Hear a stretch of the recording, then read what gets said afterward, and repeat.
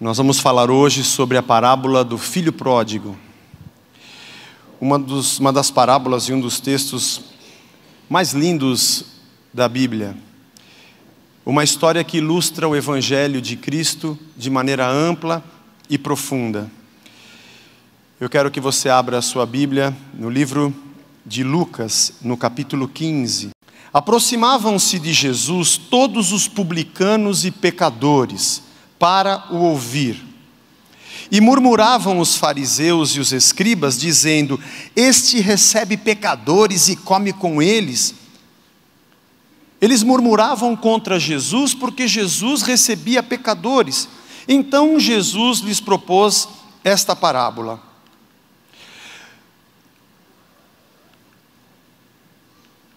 Qual dentre vós é o homem que, possuindo 100 ovelhas e perdendo uma delas, não deixa no deserto as 99 e vai em busca da que se perdeu até encontrá-la? Achando-a, põe-na sobre os ombros, cheio de júbilo, e indo para casa, reúne os amigos e vizinhos, dizendo-lhes: alegrai-vos comigo, porque já achei a minha ovelha perdida. Digo-vos que assim haverá maior júbilo no céu por um pecador que se arrepende, do que por 99 justos que não necessitam de arrependimento. Ou qual é a mulher que, tendo 10 dracmas, se perder uma, não acende a candeia, varre a casa e procura diligentemente até encontrá-la? E tendo-a achado, reúne amigas e vizinhas, dizendo: alegrai-vos comigo, porque achei a dracma que eu tinha perdido. Eu vos afirmo que de igual modo há júbilo diante dos anjos de Deus por um pecador que se arrepende. E continuou: certo homem tinha 2 filhos. O mais moço deles disse ao pai: pai, dá-me a parte dos bens que me cabe. E ele lhes repartiu os haveres. Passados não muitos dias, o filho mais moço, ajuntando tudo o que era seu, partiu para uma terra distante e lá dissipou todos os seus bens, vivendo dissolutamente. Depois de ter consumido tudo, sobreveio àquele país uma grande fome, e ele começou a passar necessidade. Então ele foi e se agregou a um dos cidadãos daquela terra, e este o mandou para os seus campos a guardar porcos. Ali desejava ele fartar-se das alfarrobas que os porcos comiam, mas ninguém lhe dava nada. Então, caindo em si, disse: quantos trabalhadores de meu pai têm pão com fartura, e eu aqui morro de fome? Levantar-me-ei, irei ter com meu pai, e lhe direi: pai, pequei contra o céu e diante de ti, já não sou digno de ser chamado teu filho, trata-me como um dos teus trabalhadores. E levantando-se, foi para o seu pai. Vinha ele ainda longe, quando seu pai o avistou, e compadecido dele, correndo, o abraçou e beijou. E o filho lhe disse: pai, pequei contra o céu e diante de ti, já não sou digno de ser chamado teu filho. O pai, porém, disse aos seus servos: trazei depressa a melhor roupa, vestiu, ponde-lhe um anel no dedo e sandália nos pés, trazei também e matai o novilho cevado, comamos e regozijemo-nos. Porque esse meu filho estava morto e reviveu, estava perdido e foi achado. E começaram a regozijar-se. Ora, o filho mais velho estivera no campo, e quando voltava, ao aproximar-se da casa, ouviu a música e as danças. Chamou um dos criados e perguntou-lhe o que era aquilo. E ele informou: veio teu irmão a teu pai, e ele mandou matar o novilho cevado, porque o recuperou com saúde. E ele se indignou e não queria entrar. Saindo, porém, o pai procurava conciliá-lo. Mas ele respondeu ao seu pai: há tantos anos que te sirvo sem jamais transgredir uma ordem tua, e nunca me deste um cabrito sequer para alegrar-me com os meus amigos. Vindo, porém, esse teu filho que desperdiçou os teus bens com meretrizes, tu mandaste matar para ele o novilho cevado? Então lhe respondeu o pai: meu filho, tu sempre estás comigo, tudo o que é meu é teu. Entretanto era preciso que nos regozijássemos e alegrássemos, porque esse teu irmão estava morto e reviveu, estava perdido e foi achado. Irmãos, é uma parábola interessante, que nós vamos ficar nela por 2 domingos. Hoje eu vou falar sobre o filho mais novo, e domingo que vem sobre o filho mais velho. Na verdade, ambos cometem o mesmo pecado. Ambos se preocupam mais consigo mesmo do que com o pai. Porque pegou o que tinha para viver como queria e saiu de casa. O outro porque continuou na casa para ter o que queria. Porque saiu e achou que não merecia mais, e o outro porque ficou, achou que merecia mais. A ligação de ambos, ou era com o dinheiro para ir embora, ou era para ficar e ter o dinheiro. Parece-nos que nenhum dos dois amava mais o pai, mas sim os seus bens e a sua casa. Mas essa parábola traz coisas incríveis. Jesus estava dizendo essa parábola aos fariseus, que estavam ao redor dizendo, ele come com pecadores, ele recebe pecadores. E Jesus propôs duas parábolas antes da parábola do filho pródigo. Primeiro, um homem que perdia a sua ovelha. Tinha 100 ovelhas e perdeu uma. E diz o texto que ele sai a procurar a ovelha perdida. A ovelha é um animal ingênuo, dócil, perdida. Ela está morta nas garras de qualquer animal, não sabe encontrar o caminho de volta. Aliás, quando ela se prende num arbusto, ela não sabe nem dar ré. Pra você ter uma ideia, muito ingênua e muito simples. Ela estava morta e este homem vai atrás dela, lembrando Isaías 40:11, quando o profeta dizia, como pastor apacentará o seu rebanho, entre os seus braços recolherá os cordeirinhos e os levará no seio, as que amamentam ele guiará mansamente. Que interessante, não é apenas o fato de Jesus dizendo de um homem que perde a sua ovelha, e sai gritando, sai com uma vara batendo, dando bronca, xingando ou empurrando para que ela volte. Não, aquela que está perdida ele a busca. Apesar das ovelhas reconhecerem o pastor pela voz, e ele poderia chamá-la, ele a toma no colo e traz de volta, querendo dizer aos fariseus, tem mais preocupação e amor por aquela que se perdeu, do que pelos 99 pecadores que acham que não pecaram. Ele prepara aqui uma parábola que vem adiante, o que está perdido e é encontrado, e os 99 que acham que não têm pecado e são perfeitos. Que interessante. Depois ele propõe uma segunda parábola, dizendo que uma mulher que tinha 10 dracmas, equivalia a 10 denários romanos, um dia de trabalho, era 1/3 de um mês, mas ela perde uma moeda. Ela vira a casa do avesso e varre a casa para encontrar. Em ambas as parábolas, há algo perdido e valioso. Ela tinha 10, mas ela perdeu uma, e por causa daquela única moeda, ela faz de tudo para reavê-la. O interessante nas duas parábolas é o exagero da festa, porque aquele que encontra a ovelha traz e chama os seus amigos e faz uma festa. Ninguém fazia uma festa, apesar de ficar muito feliz por ter encontrado a sua ovelha. Nenhuma mulher, por achar a moeda que havia perdido, chama as vizinhas para festejar. Afinal de contas, ela poderia gastar mais do que o que ela achou, para poder fazer a festa. Jesus exagera na comemoração, nas duas parábolas, dizendo que esta é a festa no céu, pelo pecador que se arrepende, por aquele que perdido no mundo é reencontrado pelo Senhor.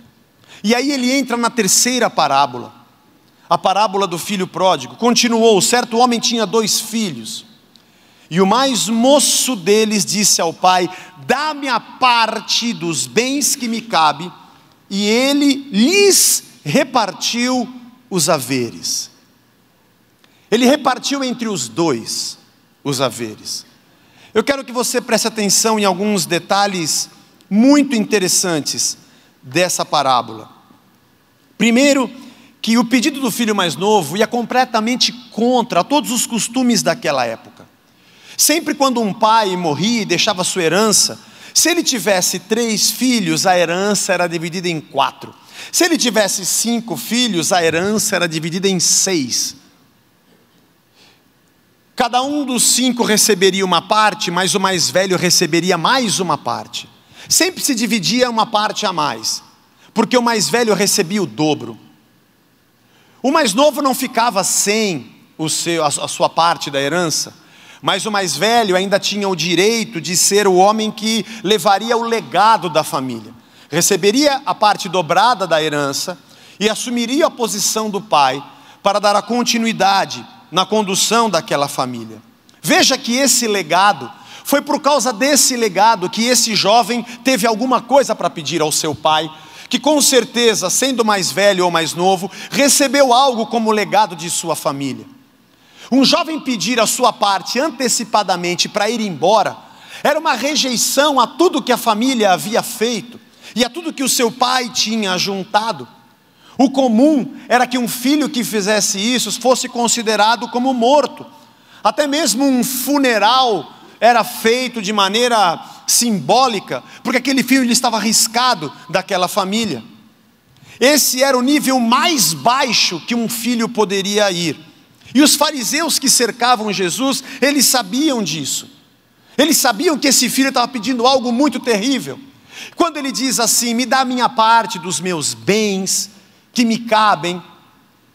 Aqui é um detalhe interessante nessa palavra. Kleronomia é a palavra grega que significa propriedade.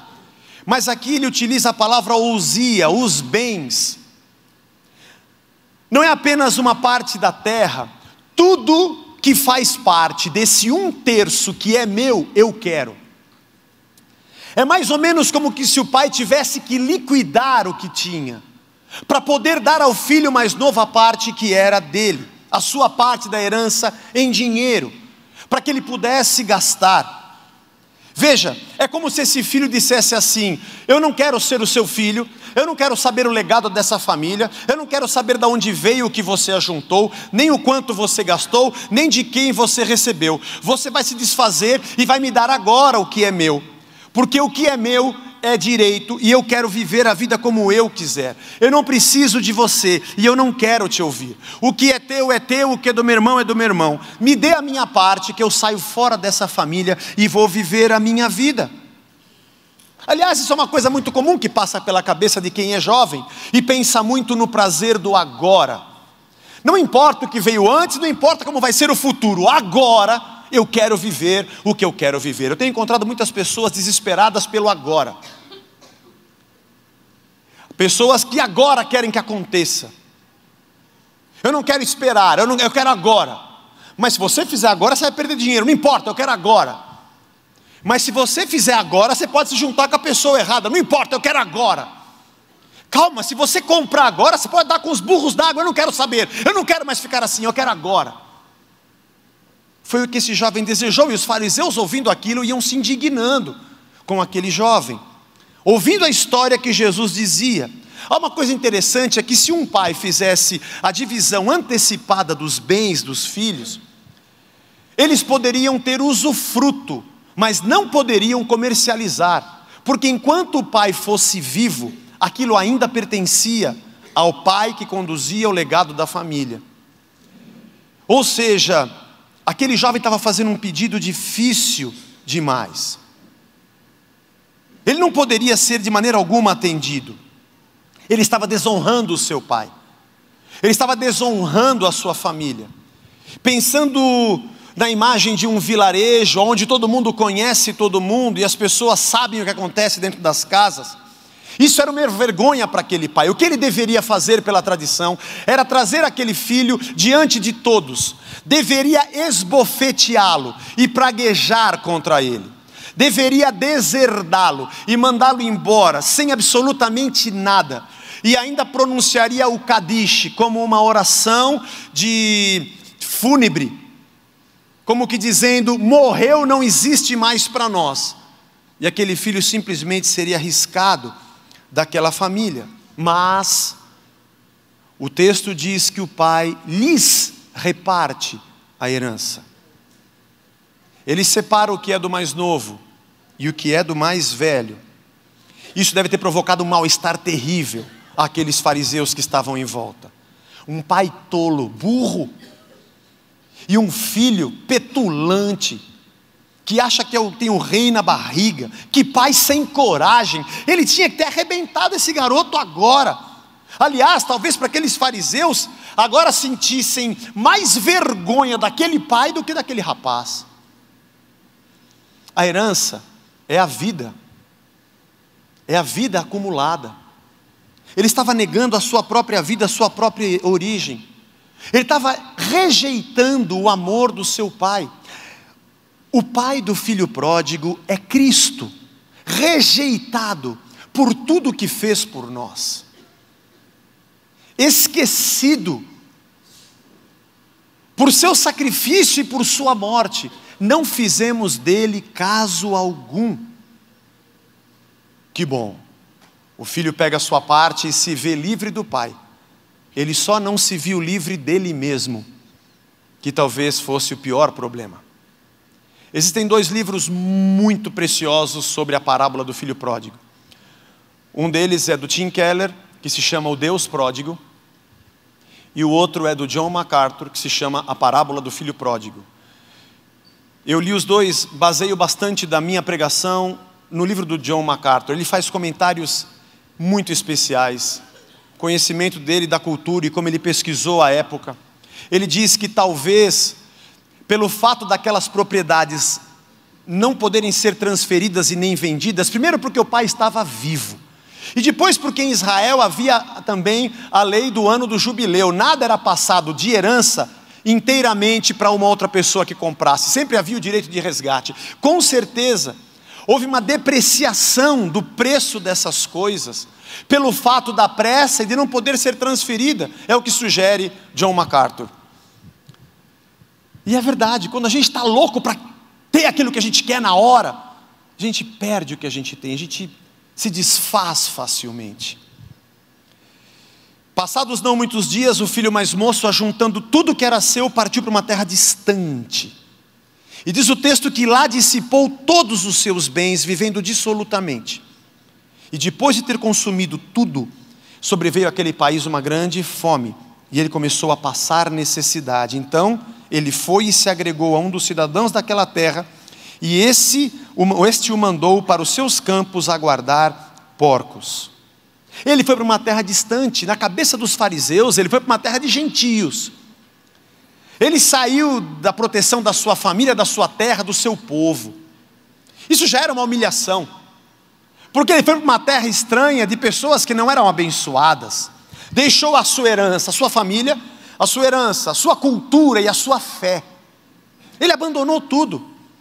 Eles deviam estar ouvindo essa história com muita repulsa. O que esse Jesus está querendo dizer? Esse garoto amou muito mais a herança e a grana do que o seu próprio pai.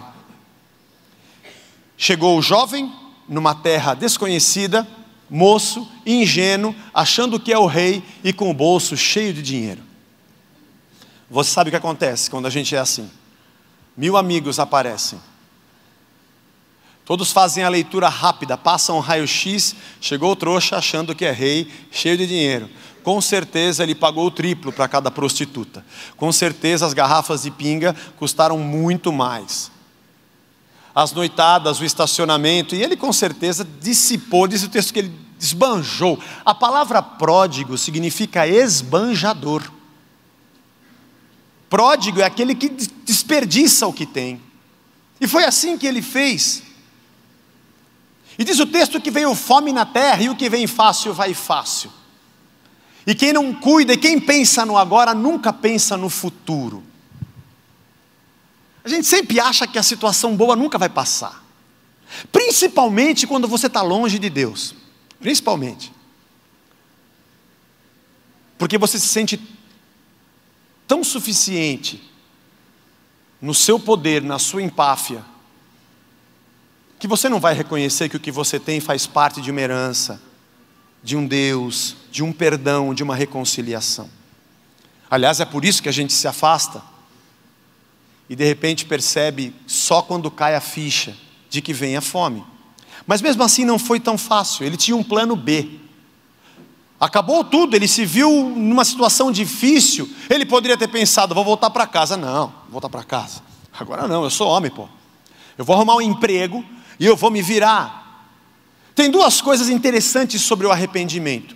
Gente que se arrepende e viu que fez burrada e vai para longe de Deus, é gente que não se arrepende. Porque a ruptura da nossa comunhão por causa do pecado, quando acordamos, traz para nós um peso terrível, e o que nós mais queremos é voltar para Deus. Pega do fruto, peca e se esconde quando Deus passa. A atitude natural do pecado, quando cometemos e nos arrependemos, é de corrermos para Deus. Porque o pior não é a vergonha que eu tenho, mas é ter reconhecido que me afastei dEle.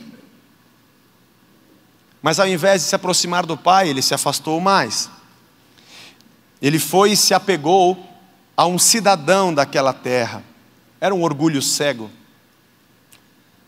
A gente, quando está nessa situação, nós achamos que sabemos tudo, sabemos discernir bem as pessoas, sabemos o que fazemos, somos donos do próprio nariz, tentamos resolver o nosso pecado com a nossa própria ação, mas um cidadão da terra lhe dá trabalho. Um detalhe interessante, nem todo mundo na terra era cidadão da terra, porque o estrangeiro poderia nascer na terra e não ser um cidadão da terra.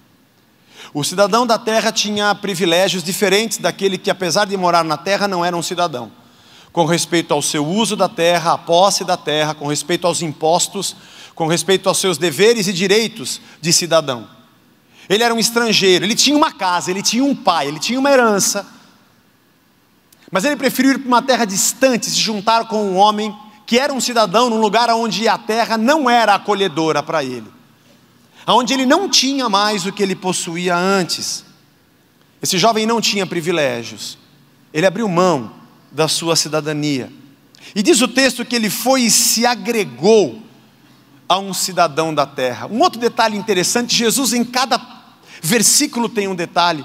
Ele usa o verbo kalao do grego, que significa grudar, se apegar, mas sabe aquele, sai daqui, pô.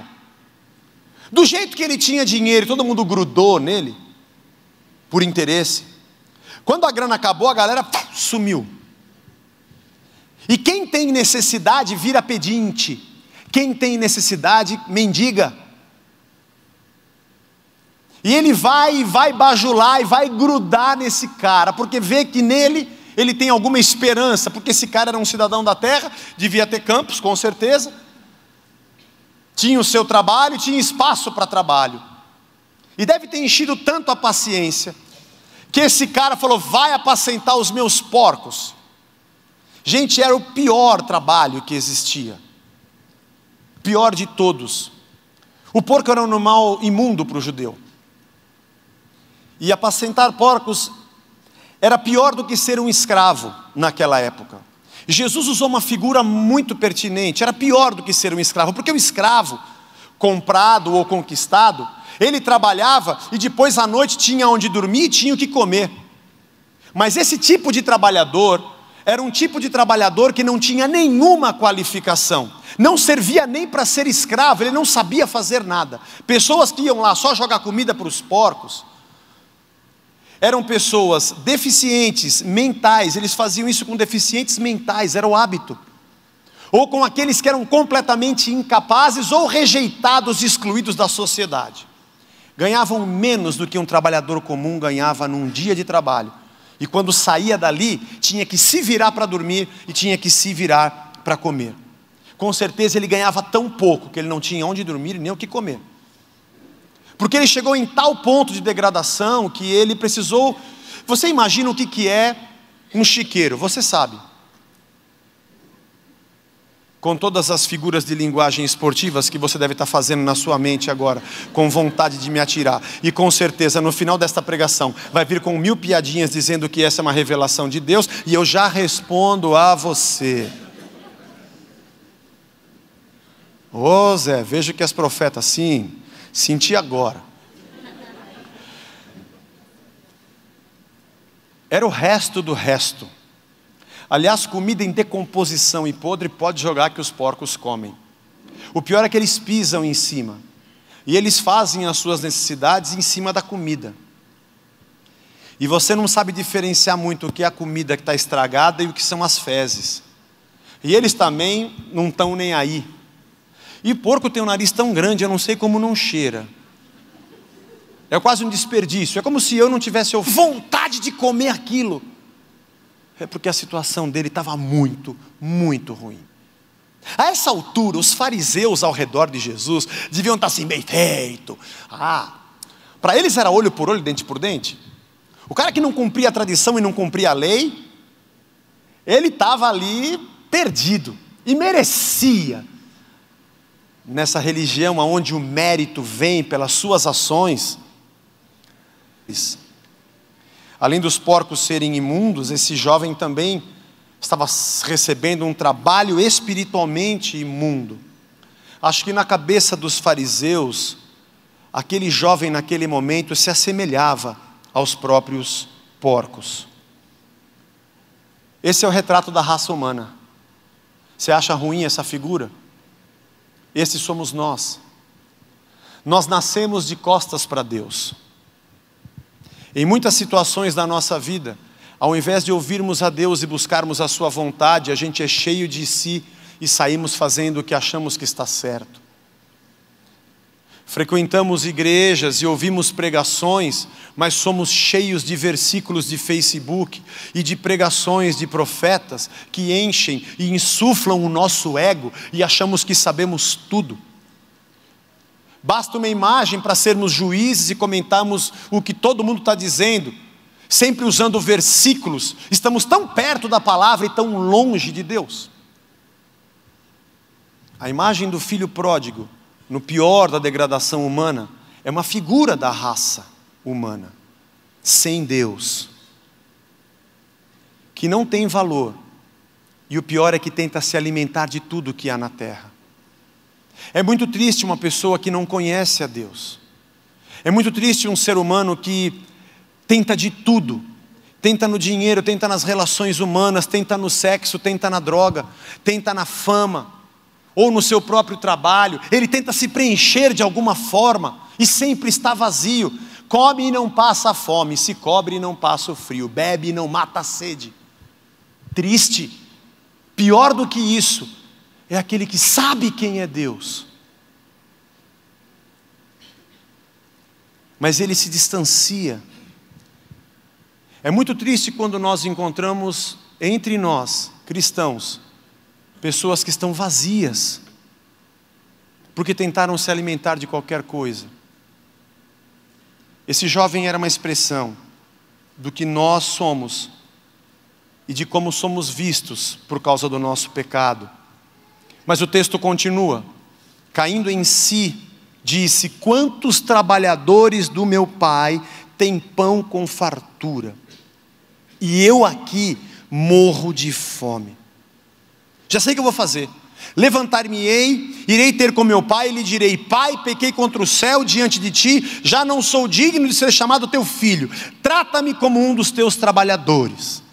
E levantando-se, foi para o pai.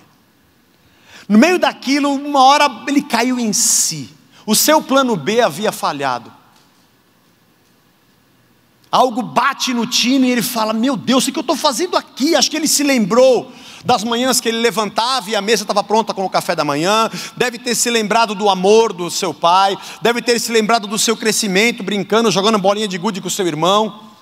Se lembrou da casa, se lembrou da sua cultura, se lembrou da sua fé, se lembrou do seu pai. Mas o interessante é que ele diz: peraí, os trabalhadores do meu pai têm algo melhor do que eu aqui sendo um trabalhador.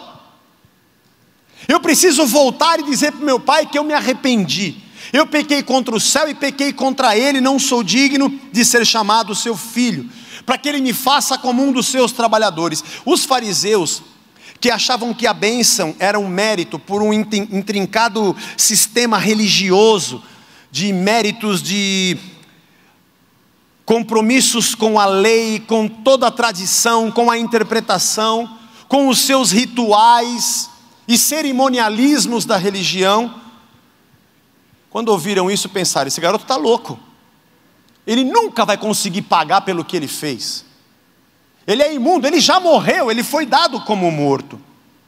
Quando ele pensou nos trabalhadores do pai que tinham roupa e tinham comida, e ele morria de fome, enquanto os empregados tinham pelo menos um patrão justo, acho que ele pensou: eu nunca percebi, eu nunca notei como meu pai era um bom patrão.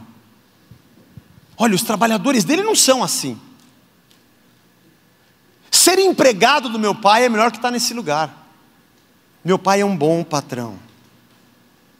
Mas acho que melhor do que isso, além de reconhecer que ele era um bom patrão, acho que ele pôde perceber que ele teve um bom pai. O pior dos empregados vivia melhor do que ele. Como seu pai era bom com os empregados.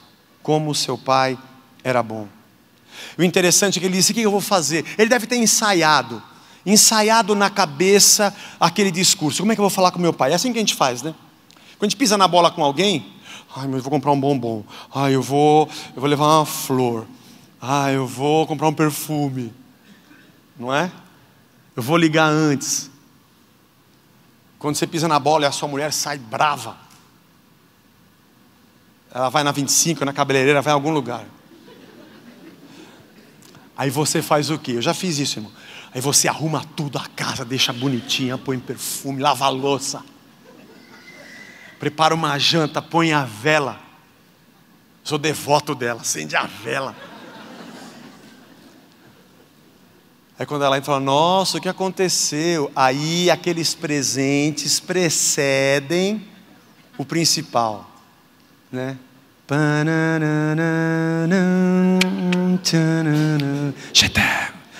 Oh, eu te amo, me perdoa. Você sabe que eu te amo. Aqui, ó. Aí aquilo mexe com o coração. Ele deve ter ficado pensando: o que eu vou fazer? Lembra de Jacó quando foi pedir perdão para Esaú? Que ele colocou as mulheres na frente, as crianças, veio ajoelhando, colocou uma oferta de carneiros, de bois. O que eu faço? Que não tenho nada para oferecer. Vou dizer a verdade: pai, pequei contra o céu, pequei diante de ti, não sou digno de ser chamado teu filho.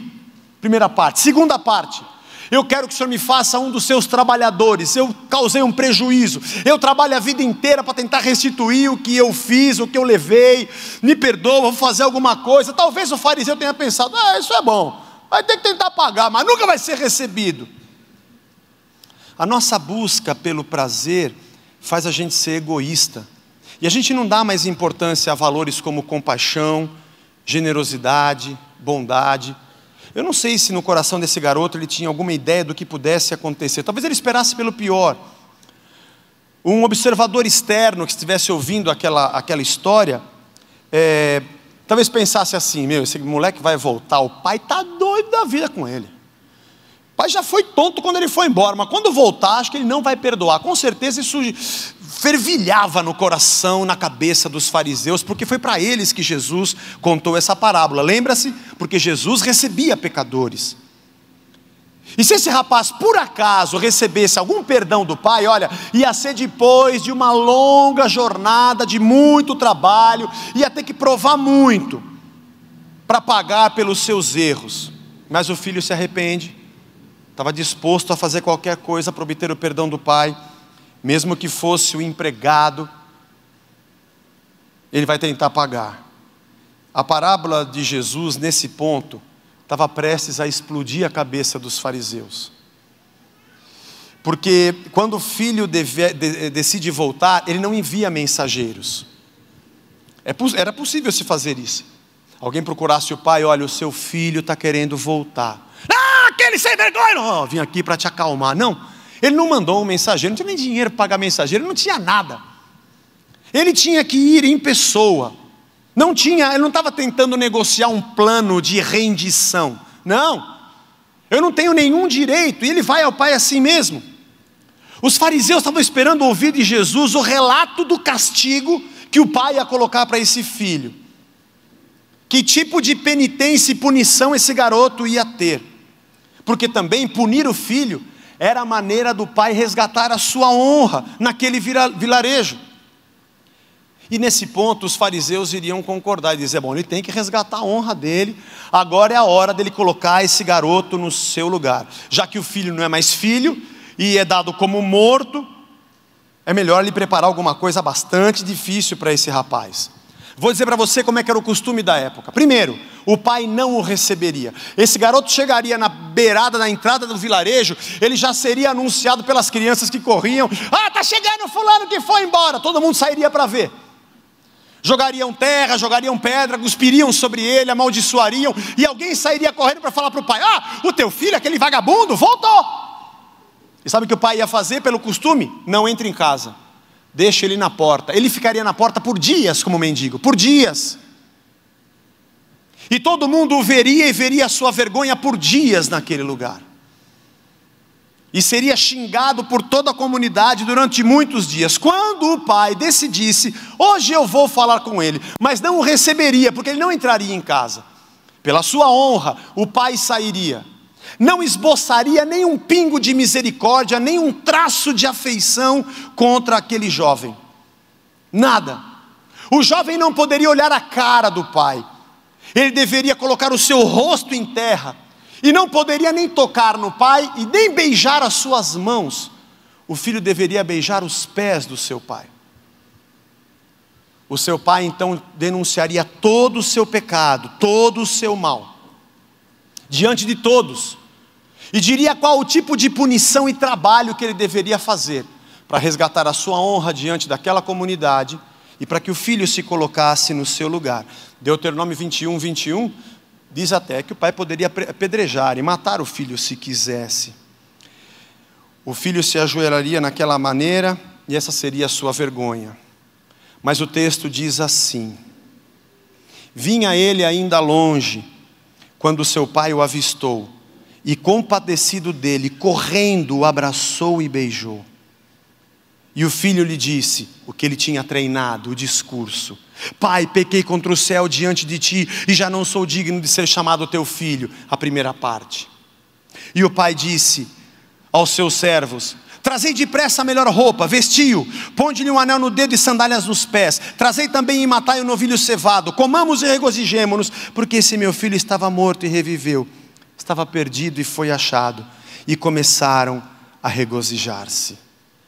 Olha os detalhes desse texto, os detalhes de Jesus para cada um de nós. Ele diz que o pai viu ele de longe. Assim como aquele filho ficou pensando: o que eu falo para meu pai, o que eu posso oferecer? Eu não posso oferecer nada, mas eu vou dizer para ele, já sei. A primeira parte que eu vou falar é perdão.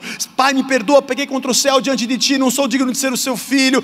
E a segunda parte eu vou dizer: vou recompensar tudo, me faça um dos seus trabalhadores. É isso que eu vou fazer. Mas enquanto ele pensou isso por dias e maturou essa ideia na cabeça, da maneira que Jesus diz aqui, não é um pai que continua a sua vida e alguém tem que anunciar que o filho chegou. Mas é o tipo do pai que todo dia vai no ponto mais alto da casa e olha pela estrada. E enquanto o filho ensaiava o discurso do pedido de perdão, esse pai imaginava como seria o encontro. Essa é a graça do nosso Deus. Essa é a sua misericórdia. Porque de longe ele avistou o filho que vinha. O pai ensaiava essa cena de misericórdia. Mas aí vem um detalhe chocante. Uma das coisas que mais me tocou nesse texto é que o pai, ele vai de encontro ao filho. Quando ele o vê de longe. Duas coisas muito interessantes é que adultos não corriam, muito menos os nobres. Eu não sei se você se lembra quando Davi dançou diante da arca e a sua esposa, filha de Saul, Mical, disse: que vergonha você ficar dançando mostrando os tornozelos. Era uma coisa assim vergonhosa. Um homem adulto levantar a sua túnica e correr, isso era coisa para criança, ainda mais um nobre. Mas interessante é que diz que o pai se apressou e ele correu ao encontro do seu filho. Há um comentarista bíblico americano, Kenneth Bailey, que estudou a cultura oriental, e quando a Bíblia foi traduzida para as línguas árabes, por muitos anos, por quase 1000 anos, a tradução desse texto era: apressou-se ao encontro. Porque eles não entendiam que o texto bíblico podia dizer que ele correu, porque ele não ia correr, ainda mais nessa situação. Era o filho que tinha que correr atrás dele, não ele atrás do filho. Só em 1960, numa versão chamada Bustani Van Dyck, é que a palavra correu foi colocado para esse povo do Oriente, que era essa mesma. É isso mesmo que está escrito. Mas o mais incrível é a compaixão desse pai. Meus irmãos, pense nessa cena. Esse garoto devia se ajoelhar com a testa na terra, nem olhar para a cara do pai. Ele não podia tocar no seu pai. Mas o pai corre e o abraça. cheirando mal, o pai o abraça. Ele tinha que beijar os pés do pai, não podia nem beijar a sua mão, mas o pai não para de beijá-lo. E o texto diz que ele viu de longe. Enquanto os fariseus estavam ali se remoendo, dizendo: que esse cara está louco?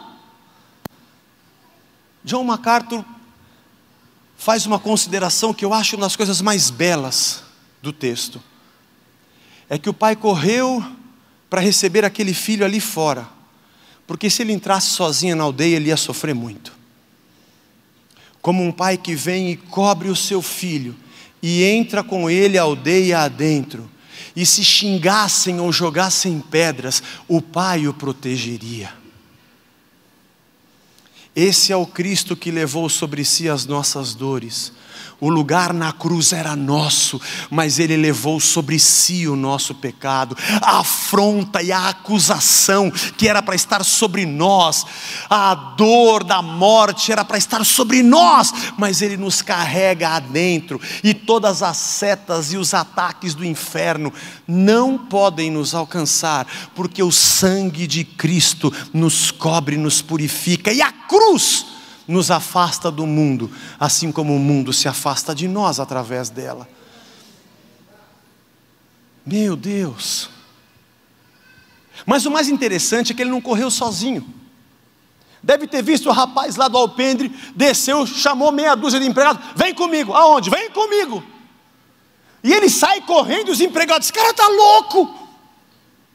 Quando chegam ali e veem o pai abraçando o filho morto: o que esse cara está fazendo? E Jesus diz na parábola que o pai disse: corre lá, pega uma sandália e põe no pé dele. O pai corta o garoto na primeira parte da sua petição.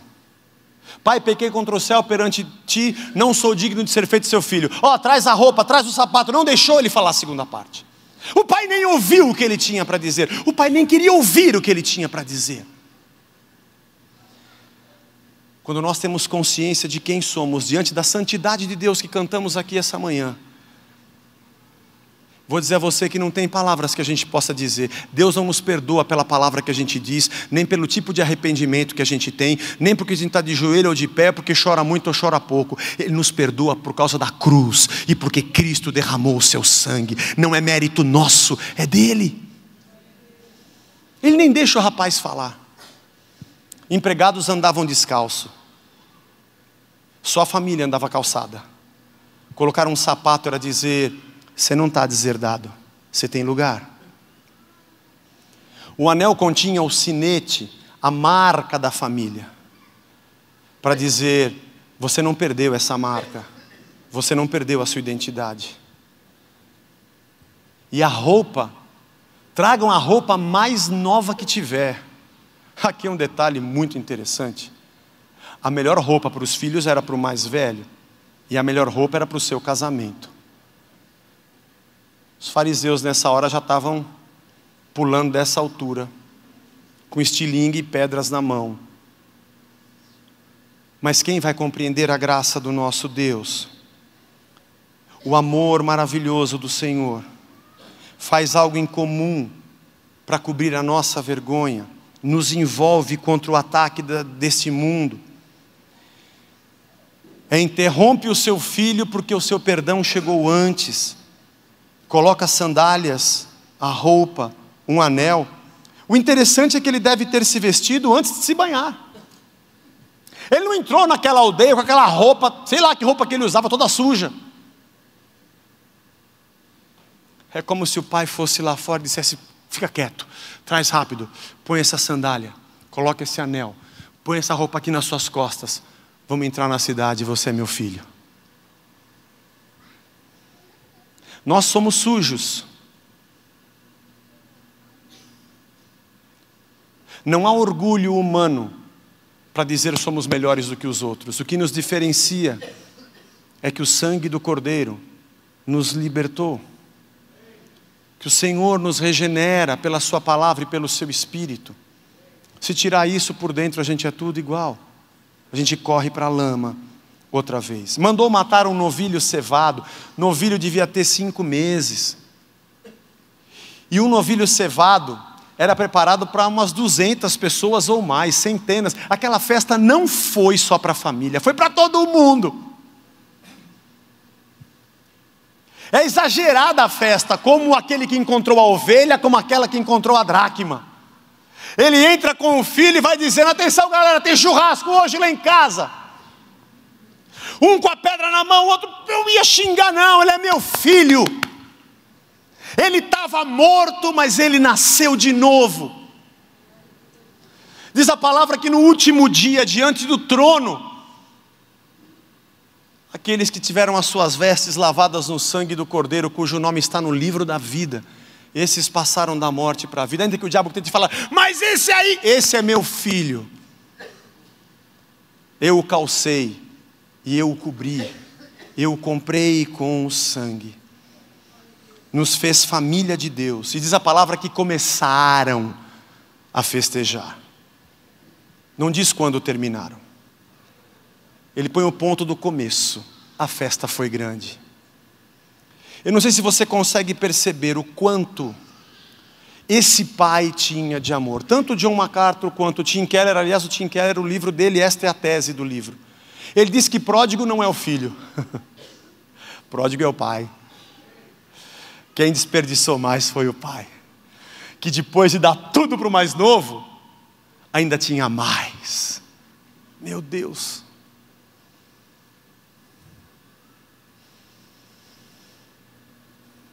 Eu preciso pedir perdão para você.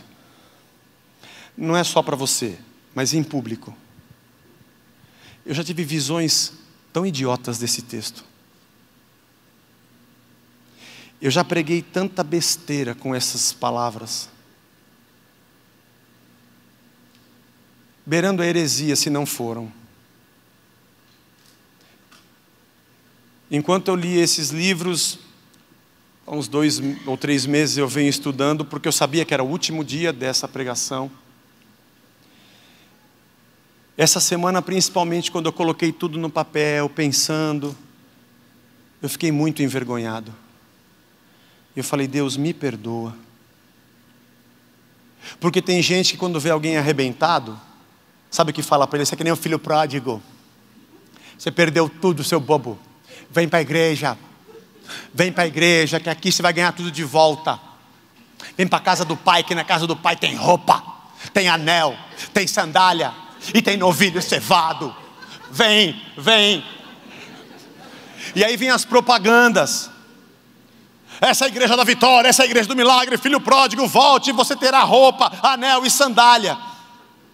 Imbecilizados por esse evangelho que não é evangelho, chamado prosperidade, os nossos olhos continuam. A gente pegou tudo do pai para gastar com roupa, com anel e com sapato, e quando acabou, olhou para a casa do pai, não para o pai, mas para o anel, para o sapato e para a roupa. Vai para o inferno bem vestido. Essa é a verdade. Meu Deus, eu já preguei isso. Se não fosse esse pai misericordioso, eu deveria entrar aqui e você jogar pedra em mim. Ainda bem que ele me buscou lá fora e me deu a chance de falar outra vez, porque Deus é muito maravilhoso. Deus é muito maravilhoso. Esse é o nosso rei. O perdão é a coisa mais preciosa que a gente tem. O espírito de reconciliação, diz Paulo. Ele uniu de novo a gente a Deus e uns aos outros, não por mérito nosso. Sabe por que a gente está aqui? Por Ele. Porque dele, por Ele e para Ele são todas as coisas. Estamos aqui por causa dEle. Estamos aqui por Ele e para Ele. E tudo o que temos e fazemos é dEle, inclusive a gente. Isso nos torna mais verdadeiramente cristãos no que significa a palavra. Imitadores de Cristo. Assim deve ser o sentimento da igreja. John Stott diz que a igreja é a nova sociedade de Deus. Ele diz que o mundo deve enxergar na igreja como deve ser uma sociedade de homens e mulheres governados pelo Espírito Santo. De que quando as pessoas olham para essa instituição que nós chamamos igreja, e na verdade não vejam uma instituição, nem um prédio, nem uma organização humana, mas vejam um corpo de gente, e cada um tem dentro de si, nas suas relações, esse reino.